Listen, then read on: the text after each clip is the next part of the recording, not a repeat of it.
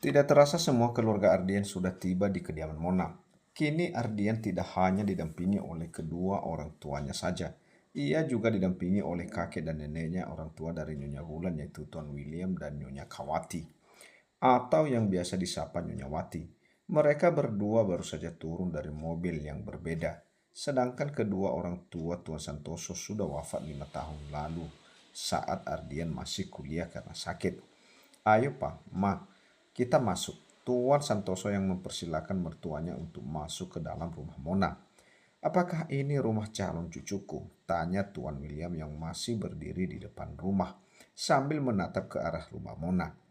Iya Pak, jawab Nyonya Wulan. Rumah yang bagus sederhana namun tampak nyaman.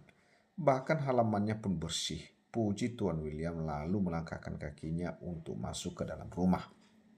Saat tiba di depan rumah, keluarga Ardian sudah disambut oleh keluarga Mona. Di depan rumah sudah ada Tuan Johan, Nyonya Willy, dan juga Rehan.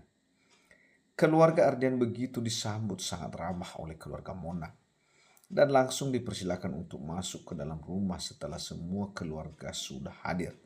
Acara lamaran segera di Mona. Acara tidak begitu lama, hanya sekitar 30 menit. Ardian yang mendengar Mona bersedia untuk menjadi istrinya seketika langsung memasangkan cincin emas di jemari manis Mona. Begitupun sebaliknya, Mona juga melepaskan cincin polos dengan terdapat namanya di cincin tersebut di jari manis Ardian.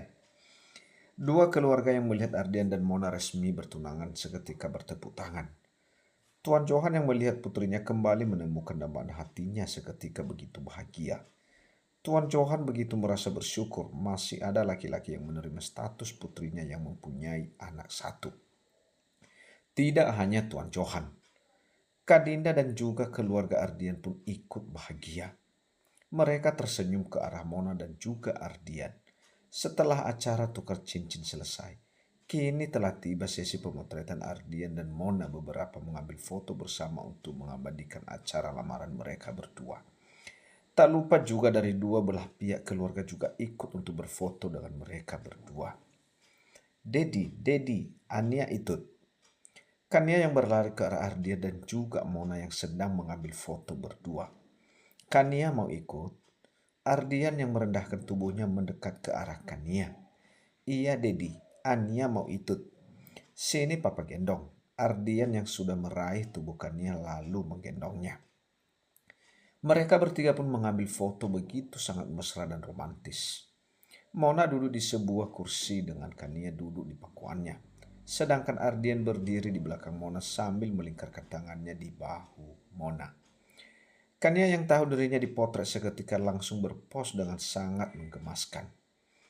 Foto yang kedua, kini giliran Kania yang duduk di sebuah kursi, sedangkan Ardian dan Mona berjongkok di samping Kania sambil mengecup pipi Kania. Ardian mencium pipi Kania di bagian kanan, sedangkan Mona mencium di bagian kiri. Pos yang ketiga, kini Ardian berdiri sambil menggendong Kania, dengan Mona berdiri di sampingnya. Mereka berdua saling beradu pandang sambil menyentuh pipi Kania secara bersamaan. Acara lamaran begitu sangat meriah dan lancar. Setelah acara foto selesai, kini giliran acara makan-makan. Semua keluarga Ardian dan juga Mona sedang menikmati makan malam yang sudah disediakan. Mereka semua menikmati makanan dan minuman begitu sangat nikmat. Di tempat lain, Kenan baru saja tiba di rumahnya setelah melihat kondisi restorannya. Ia tampak frustasi, pasalnya semua seisi restoran tidak ada yang tersisa sama sekali. Bahkan semua sudah menjadi abu. Kenan langsung menjatuhkan tubuhnya di sebuah sofa sambil memijat pelipisnya. Sebenarnya apa yang kamu lakukan? Hingga restoran bisa kebakaran. Tanya Kenan kepada Hendra sekretarisnya. Bukankah aku sudah bilang kepadamu untuk selalu memantau restoran setiap hari? Maaf bos, saya sudah memantau restoran setiap hari, namun saya tidak bisa untuk memantau karyawan selama 24 jam. Karena saya harus mengurus restoran di pusat dan cabang yang lainnya. Kamu tahu berapa kerugian akibat restoran itu terbakar? Itu ratusan juta, bentak Kenan. Maafkan saya bos, karena kelalaian saya dan karyawan. Ucap Hendra sedikit menunduk. Mana hasil penjualan restoran cabang 1 dan 2? Aku ingin melihatnya. Hendra seketika mengeluarkan satu berkas dari dalam tasnya, lalu diserahkan kepada Kenan. Ini bos. Kenan seketika meraih beberapa lembar kertas dari Hendra dan membacanya. Apa-apaan ini? Kenapa penjualannya menurun?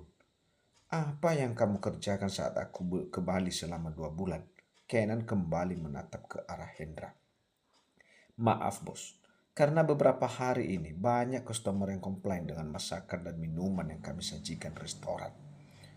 Bro, Kenan seketika langsung memukul meja dan membuat Hendra terkejut. Bagaimana bisa banyak customer yang komplain dengan masakan kita? Apa masakan dan minuman tidak dicoba terlebih dahulu sebelum disajikan? Apa kamu tidak mengajari mereka cara memasak yang benar? Ucap Kenan. Bukankah banyak koki-koki handal di restoran kita? Bulan lalu banyak pegawai kita yang mengundurkan diri, bos. Dari restoran cabang 1 dan 2. Dan mau tidak mau saya harus merekrut karyawan baru. Mungkin karena karyawan baru jadi rasanya agak berbeda. Berapa banyak karyawan yang keluar? Tanya Kenan. 10 orang bos. Dari cabang 1 4 orang.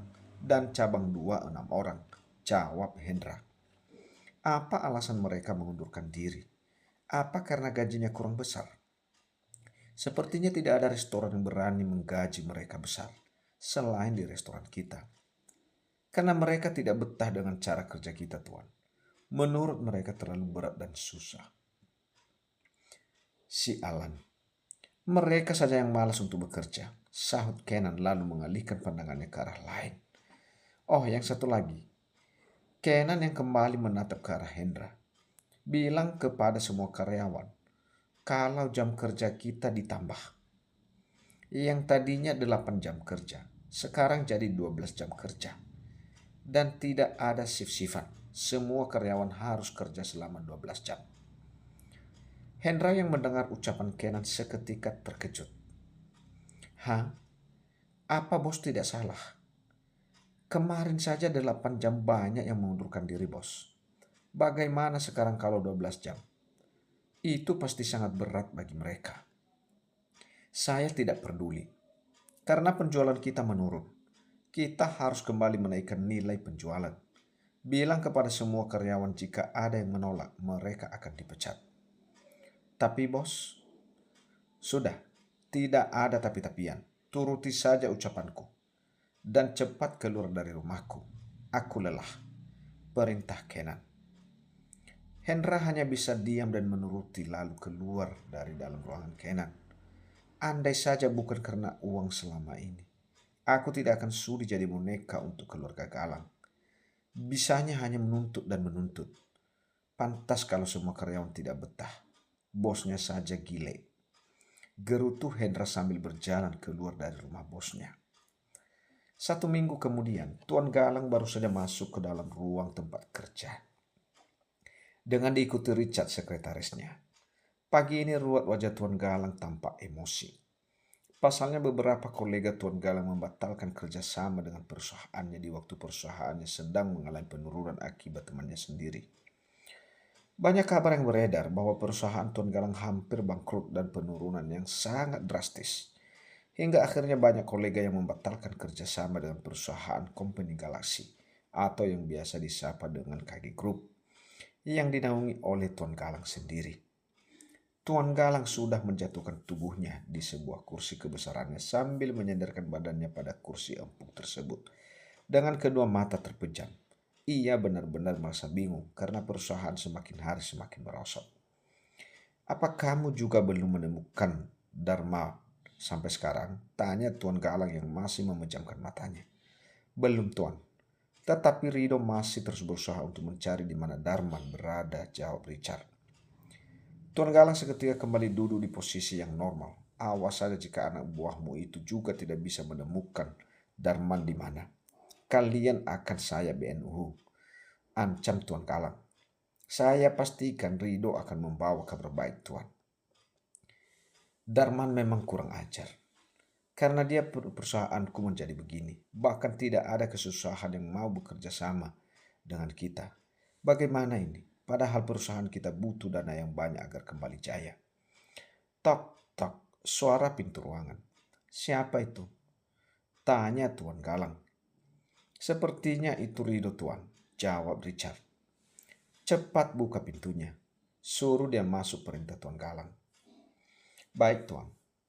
Richard, aneh sudah beralasan untuk membukakan pintu. Saat Richard membuka pintu, Richard melihat raut wajah Rido sedang ketakutan. Richard bisa menebak bahwa Rido tidak menemukan keberadaan Darman. Apa kamu tidak menemukannya? Tanya Richard pelan. Tidak, sepertinya dia tidak di Italia, jawab Rido pelan. Cepat bawa Rido masuk. Richard, kenapa kalian hanya diam di pintu? Teriak Tuan Galang dari dalam ruangan. Set, umpat Richard. Kita akan MATI hari ini. Jika kamu tidak mendapatkan Darman. Rido yang mendengar ucapan Richard hanya diam dan merasa pasrah. Mereka berdua lalu berjalan masuk ke dalam ruangan. Dari raut wajah Rido terlihat dia sedang ketakutan, begitupun Richard. Pasti dia akan dimaki bahkan dipukul oleh Tuan Galang karena tidak becus melakukan pekerjaannya. Selamat siang, Tuan. Sapa Rido sedikit menunduk untuk memberi hormat. Bagaimana?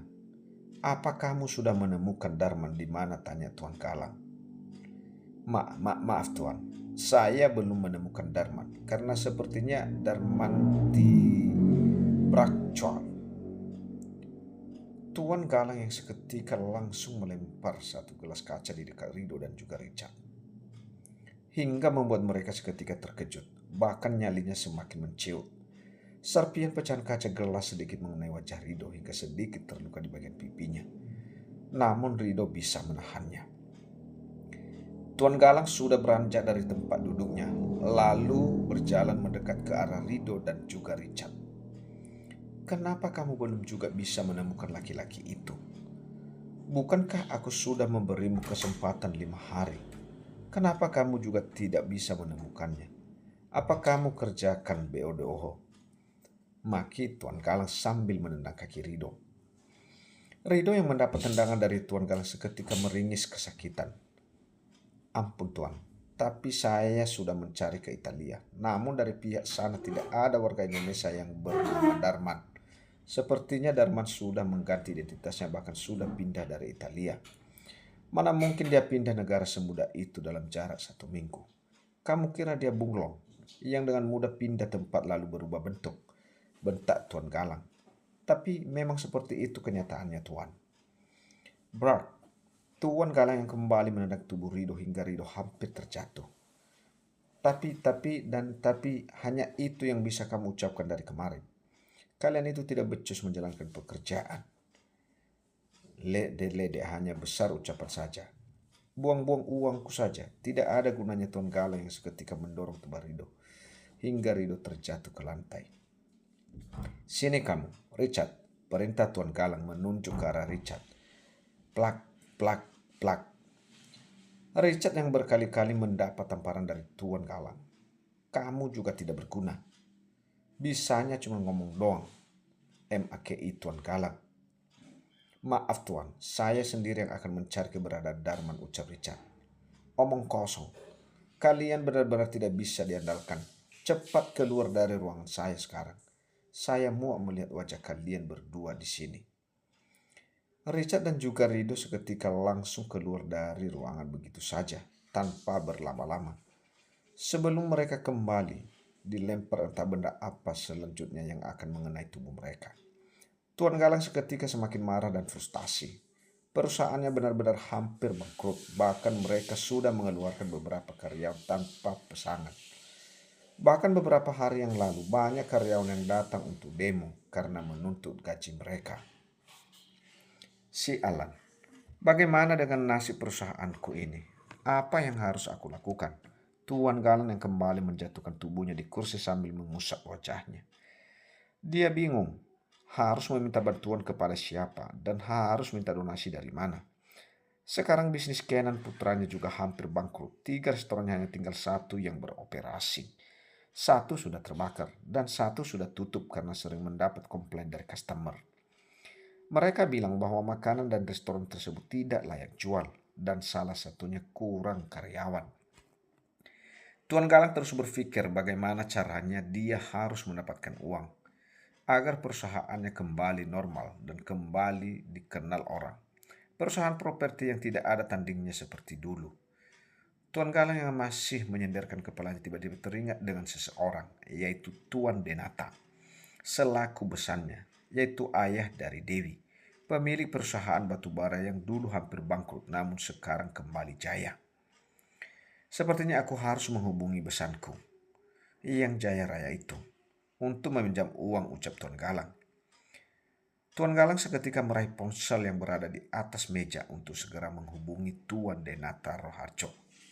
Tut, tut, tut. Telepon yang sudah tersambung. Tidak lama.